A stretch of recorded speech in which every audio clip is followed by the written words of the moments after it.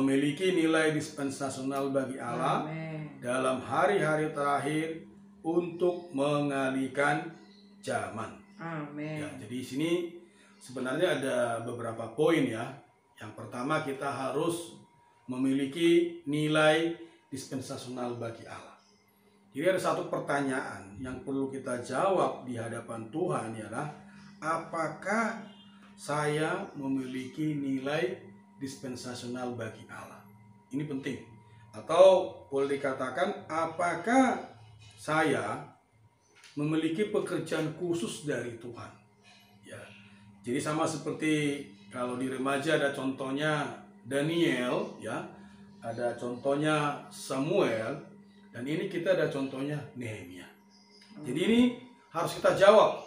Kalau kita nggak jawab, ya nanti hidup kita tidak akan menjadi istimewa, ya. Hidup kita menjadi sesuatu yang biasa. Jadi pertanyaannya kita jawab, apakah diri kita sendiri, ya, memiliki nilai dispensasional bagi Allah? Atau kita juga perlu bertanya, apakah yang kita lakukan untuk menutup zaman ini atau untuk mendatangkan zaman yang akan datang, ya. Jadi zaman gereja ini sudah boleh dikatakan hampir ya boleh ya kurang lebih lah ya 2000 tahun, ya. Tapi Tuhan belum datang-datang. Nah, ini menjadi pertanyaan buat kita, ya. Jadi saudari, kalau kita ingin memiliki nilai dispensasional bagi Allah, ya. Tadi ayat yang kita udah bacakan, Ibrani pasal 10 ayat 22, itulah jalannya. Saya dikatakan, marilah kita maju terus menghampiri tempat Maha Kudus dengan hati yang tulus ikhlas dan keyakinan iman yang teguh. Ya. Kata di sana sebenarnya itu kamporwa, berarti marilah. Jadi orang yang memanggil ini, dia sudah di posisi itu, di posisi tempat Maha Kudus, ya. Terus dia mengatakan marilah, ayo maju terus. Jadi kalau kita tidak berada dalam realitas ini, ya, kita akan sulit menjadi instrumen dispensasional. Artinya adalah, boleh katakan dengan bahasa lain, kita harus memiliki realitas di tempat Maha Kudus supaya bisa berpengaruh kepada orang, dan kita juga bisa menjadi alat dispensasional bagi Allah. Jadi kuncinya di sini, marilah maju terus menghampiri tata kasih karunia, atau marilah maju terus ya menghampiri tempat Maha Kudus, atau marilah maju terus datang kepada Allah. Nah, jadi rahasianya adalah di Ibrani pasal 10 ayat 22 ini, supaya kita bisa memiliki nilai dispensasional bagi Allah. Jadi dalam pengalaman kita hari ini sebenarnya, supaya kita bisa memiliki nilai dispensasional, berarti kita perlu di dalam ruang Maha Kudus, kita perlu berada di dalam tahta kasih karunia, ya, atau dalam pengalaman kita perlu berada di dalam roh. Di dalam roh, ya. Ini penting, ya. Jadi nggak usah bingung-bingung ya, apa sih instrumen dispensasional itu, ya. Instrumen dispensasional adalah orang yang mengalihkan zaman. Nah, zaman hari inilah zaman gereja. Nah, ini harus dialihkan ke zaman kerajaan 1000 tahun. Jadi sebenarnya kita ini berada dalam waktu yang sangat khusus, ya. Hari-hari ini kita berada dalam waktu yang sangat istimewa, ya. Kenapa? Karena kita ada kesempatan untuk mendatangkan kerajaan 1000 tahun. Nah, kalau menurut Alkitab, instrumen dispensasional Allah itu saat ini adalah itu tadi yang kita dua bacakan di Wahyu pasal 12 tadi, ayat 10 tadi. Di sana ada perempuan itu yang sedang mengandung terus melahirkan anak laki-laki itu, ya. Ada perempuan yang mengandung, ya, ada anak laki-laki yang dilahirkan terus dibawa ke tahta Allah. Perempuan ini melambangkan gereja, ya. Anak laki-laki ini melambangkan para pemenang yang dibawa ke tahta Allah. Nah, hari ini kita sudah berada dalam gereja yang dipulihkan, ya. Jadi gereja lokal itu adalah satu prosedur Allah untuk menghasilkan para pemenang. Perempuan itu melahirkan anak laki-laki itu. Anak laki-laki itu adalah bagian yang lebih kuat dari kaum beriman dalam gereja. Nah, tentunya kita perlu mendambakan menjadi bagian dari anak laki-laki itu. Inilah prinsip anak laki-laki, ya. Jadi sekelompok para pemenang, ya, yang mencapai tujuan Allah supaya apa? Kerajaan 1000 tahun ini bisa datang lebih cepat, ya. Jadi gereja tidak bisa mencapai tujuan Allah. Karena kita tahu sendiri ya, dalam banyak perkara gereja itu merosot, ya. Makanya Tuhan ingin bekerja secara dispensasional melalui anak laki-laki itu, yaitu pemenang hari ini, atau boleh katakan Sion hari ini. Amen. Yang memiliki realitas tubuh Kristus. Amen. Ya, jadi inilah pergerakan Allah. Nah, saya berdoa ya, saya juga memohon kepada Tuhan supaya ini tidak hanya menjadi satu kebenaran, tetapi menjadi visi buat kita yang mengendalikan hidup kita. Ya, jadi kita perlu berdoa untuk ini. Tuhan, bukalah mata rohaniku supaya aku bisa melihat anak laki-laki itu. Ya, supaya kita bisa memiliki nilai dispensasional bagi Allah. Ya, karena berita ini sebenarnya sudah terus-menerus kita dengarkan. Ya, firman ini terus-menerus kita dengarkan. Tapi perlu ada terang yang menyoroti kita supaya kita tahu bahwa anak laki-laki itulah satu pergerakan dispensasional Allah di zaman ini. Amen. Di hari-hari ini, ya. Jadi saudari, kita tetap perlu dalam penghidupan gereja, ya. Kita tetap perlu dalam gereja lokal. Kenapa? Karena gereja inilah yang menghasilkan para pemenang itu. Gereja boleh merosot, ya.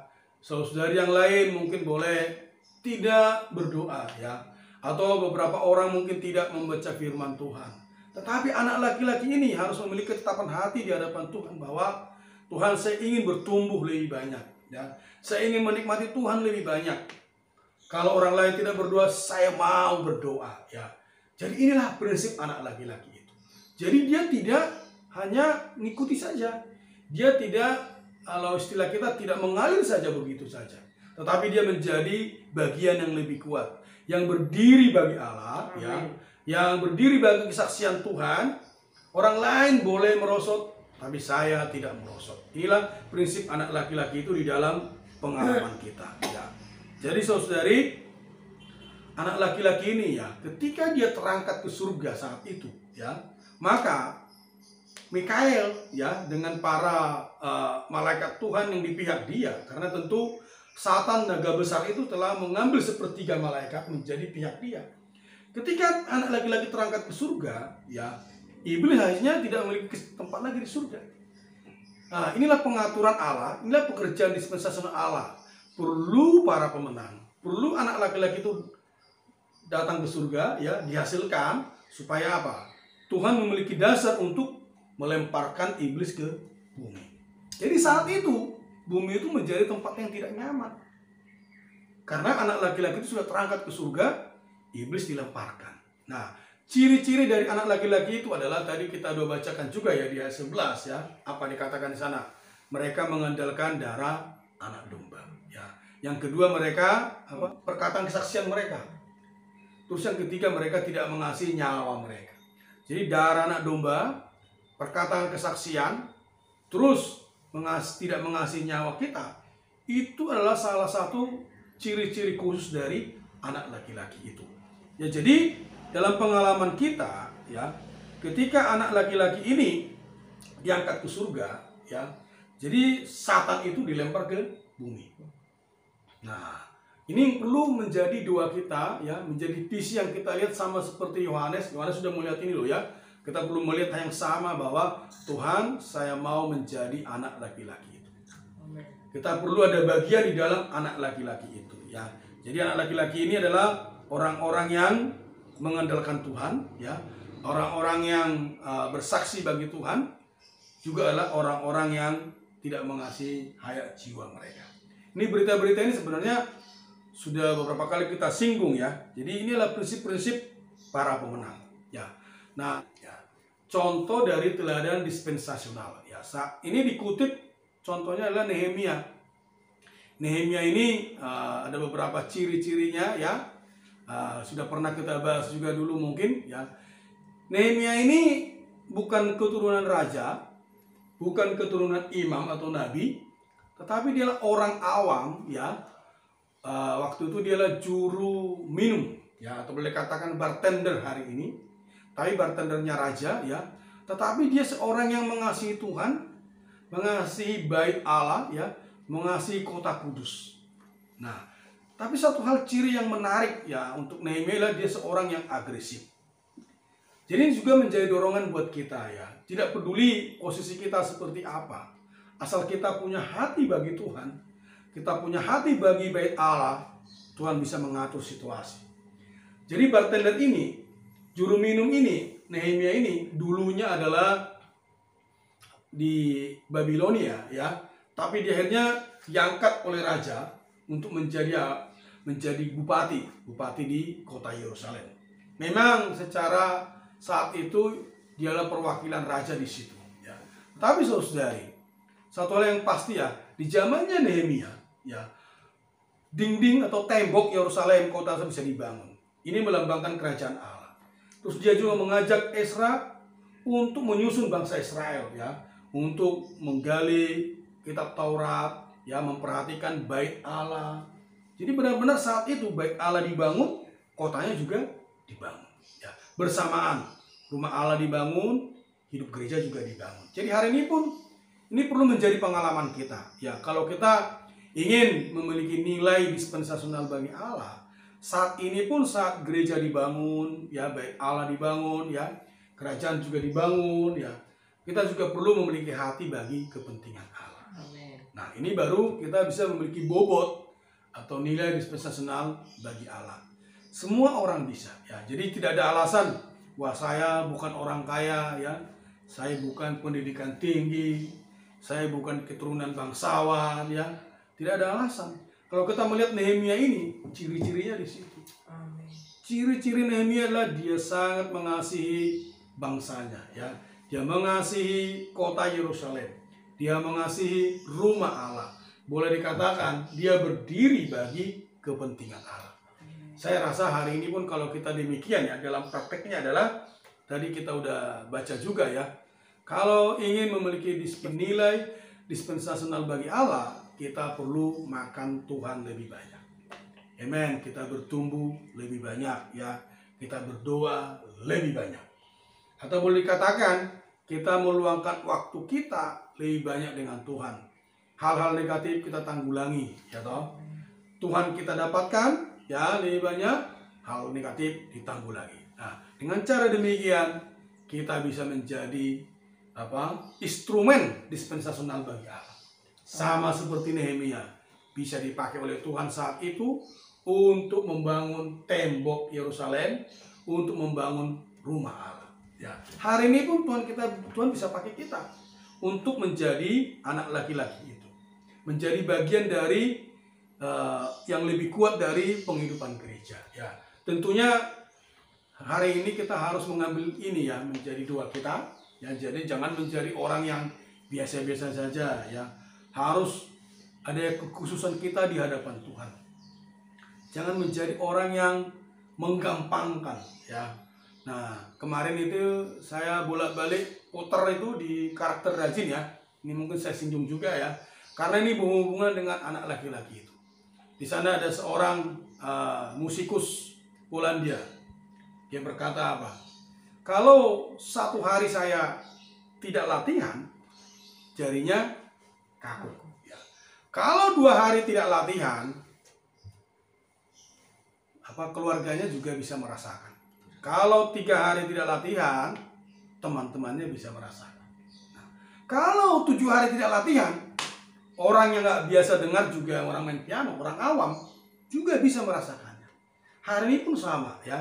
Jadi kita benar-benar perlu realitas. Jadi anak laki-laki itu adalah berhubungan dengan realitas rohani kita. Contohnya dikatakan ya, kalau orang tidak penyegaran pagi sehari atau tidak bersekutu dengan Tuhan sehari saja, ya kita tahu, kita sendiri tahu ya. Tapi kalau 2 hari kita tidak berkontak dengan Tuhan, tidak penyegaran pagi, tidak bersekutu dengan Tuhan, keluarga kita. Nah, kalau 3 hari tidak bersekutu dengan Tuhan, berkontak dengan Tuhan, ya teman-teman kita tahu. Nah, kalau 7 hari tidak bersekutu dengan Tuhan, dengan berkontak dengan Tuhan, apapun yang kita bicarakan, apapun yang kita sekutukan mengenai firman Tuhan, orang lain pasti tahu. Ya, sekalipun dia tidak mengasihi Tuhan, ya, apa yang kita omongkan itu tidak ada realitasnya, orang kan tahu. Jadi artinya apa? Menjadi anak laki-laki itu perlu tiap hari datang ke tempat Maha Kudus. Tiap hari maju terus menghadap Allah, ya, mendapatkan apa? Realitas rohani itu. Jadi anak laki-laki ini adalah orang-orang yang memiliki realitas rohani. Inilah keperluan kita hari ini. Jadi semoga kita berdoa sama Tuhan, ya, di tahun 2021 ini kita bisa menjadi anak laki-laki itu, ya. Ada bagian di atas anak laki-laki itu. Berkontak dengan Tuhan, bersekutu dengan Tuhan, berdoa lebih banyak, ya. Mengajak orang lain berdoa, mengajak orang lain berpenyegaran pagi, bermitra. Prinsipnya adalah lebih banyak kita menikmati Tuhan, ya. Lebih banyak kita bertumbuh dalam Tuhan. Ini keperluan kita hari ini, ya. Saya rasa bebannya udah cukup. Mari kita berdoa. Amin. Tuhan Yesus, amin. Terima kasih ya Tuhan. Amin. Kami sungguh bersyukur kepadamu. Amin. Kami sudah melihat sedikit Tuhan mengenai anak laki-laki itu. Amin. Tuhan bukalah mata rohani kami. Amin. Oh, biarlah ini menjadi visi bagi kami. Amin. Supaya kami Tuhan bisa dikendalikan prinsip anak laki-laki itu. Amin. Tuhan, biar dalam penghidupan gereja hari ini ya Tuhan, dapatkanlah sekelompok orang menjadi anak laki-laki itu. Amin. Supaya kerajaan-Mu bisa datang kembali. Amin. Oh Tuhan Yesus, terima kasih Tuhan. Amin. Terima kasih Tuhan. Amin. Bahwa diri kami terus berlatih, ya, belajar diri-Mu, ya Tuhan, sehingga kami bisa memiliki nilai di hadapan-Mu Tuhan, ya, menjadi orang yang Tuhan serius, gak agresif terhadap Engkau, terhadap kepentingan Allah, ya, terhadap kehendak-Mu ya Tuhan. Dapatkan diri kami Tuhan dalam Yesus. kehidupan gereja. Biasa berlatih, ya, bahwa kami memiliki nilai, buat saudara-saudari, bisa membawa mereka bertumbuh ke arah-Mu. Terima kasih Tuhan. Terima kasih Tuhan. Amin.